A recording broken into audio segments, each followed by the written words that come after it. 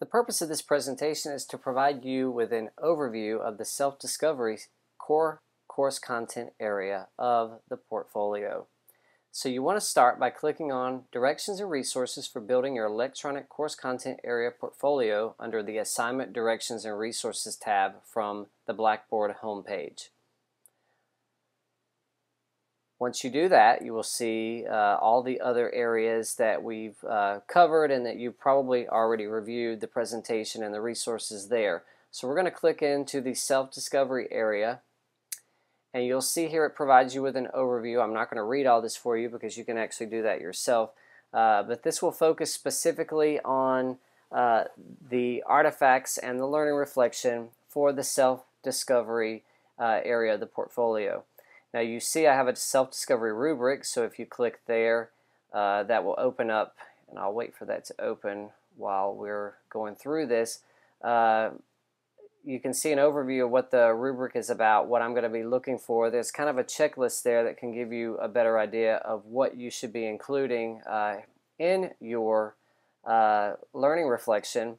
And then I've also provided you with an example of a learning reflection down at the bottom. A learning reflection is approximately 1.5 to 2 pages. You want to have an introduction and a conclusion, and then the body of your paper is going to be discussing those two artifacts that you created, one personal artifact and one academic artifact. You're going to also discuss how it relates to SLS 1122, so you can go back to that CSR method that we talked about previously to help you. And I've also have some examples of a personal artifact, and then I also have examples of an academic artifact. In fact, I have 4 personal and 7 academics listed for you. Let's take a look at the personal artifact.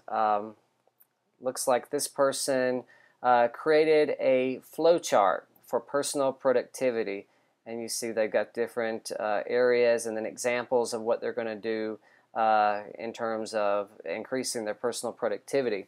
But we can start with a challenge. The student is not very productive in her academic personal life and needs more organization in terms of how to become more productive. The solution is that she created the personal artifact above to help her organize herself in the specific areas of personal productivity where she wishes to improve. She provides examples for each area as a way that she may improve her personal productivity. And then last but not least, R, we relate it to SLS. So this student discovered that her dominant intelligence is spatial and her dominant learning style is visual. She decided to create a pictorial representation of how to overcome her personal productivity challenge by creating this visual artifact above. So this could be an example of an artifact that you have created based on the CSR. She identified her challenge, she came up with a solution, and she related it to SLS 1122. Now let's also take a look at the academic artifact.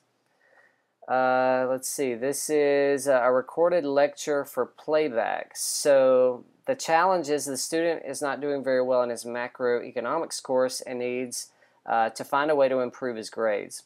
He took his lecture notes and chapter summaries and created his own self-made audio summary, which he recorded and downloaded to his iPod. I guess that's what he's doing here.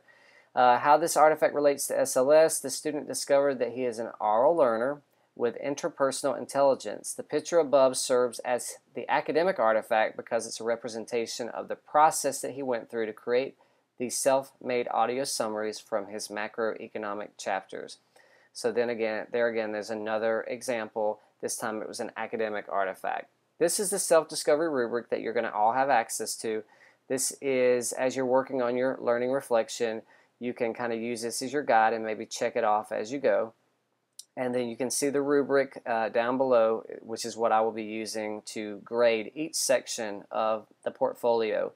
Each section is worth 4 points, 4% of your overall grade. For the learning reflection itself, that is 2%, and then each artifact is 1%. So that's again out of 100%. The entire portfolio itself is worth 18% of your grade, including the final exam. And so in a nutshell, that is pretty much it for self-discovery. I really encourage you to go through, take a peek, look through all the different examples, and also examine your own self-discovery. What are some challenges that you're facing in your own self-discovery, and how could you use that in a personal and an academic way in order to create your personal and academic artifacts for Content Area 1 Self-Discovery.